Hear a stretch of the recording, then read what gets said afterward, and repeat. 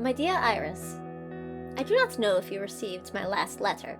I posted it to you from Brocktree, but I am not certain if the courier left with it before the Inquisition came through. Much has happened since I wrote.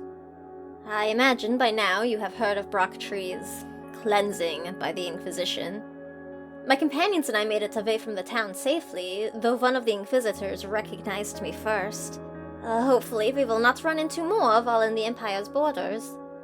We traveled north through Old Pashnu towards Bright Star Abbey, meeting a man claiming to be Martin the Pilferer himself. I did not believe him at first, but, well, then I met his sister.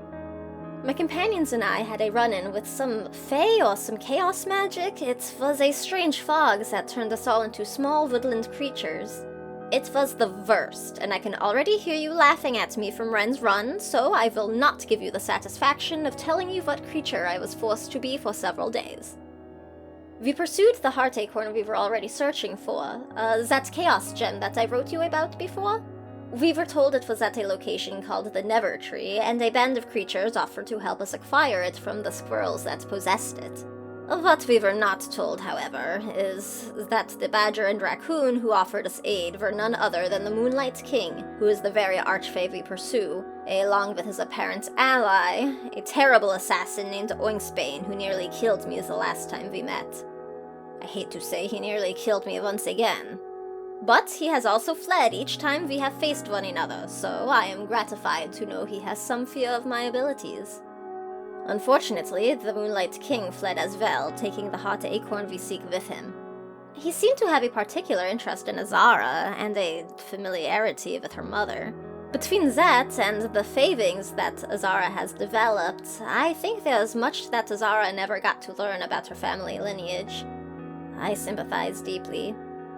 I have had the honor of meeting Artemis, the daughter of Marlfax and Celody. Of course, I do not worship either deity personally, but you know my guardians are devout to Marlfax. I have always appreciated his role in our plane, and it was truly a privilege to meet his child.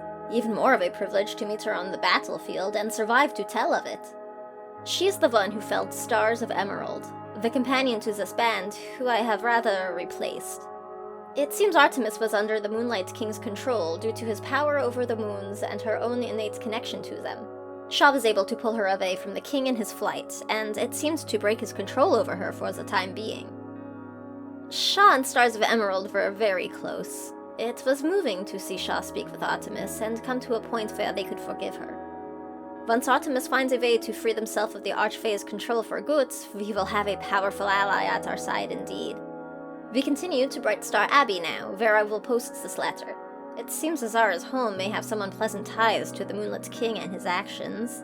I will try to update you as soon as I can.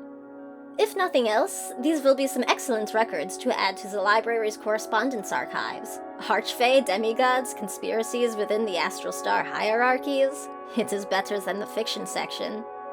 I hope that you are well upon receiving this, Iris. I must say I wish you could be here on the road with me. With us.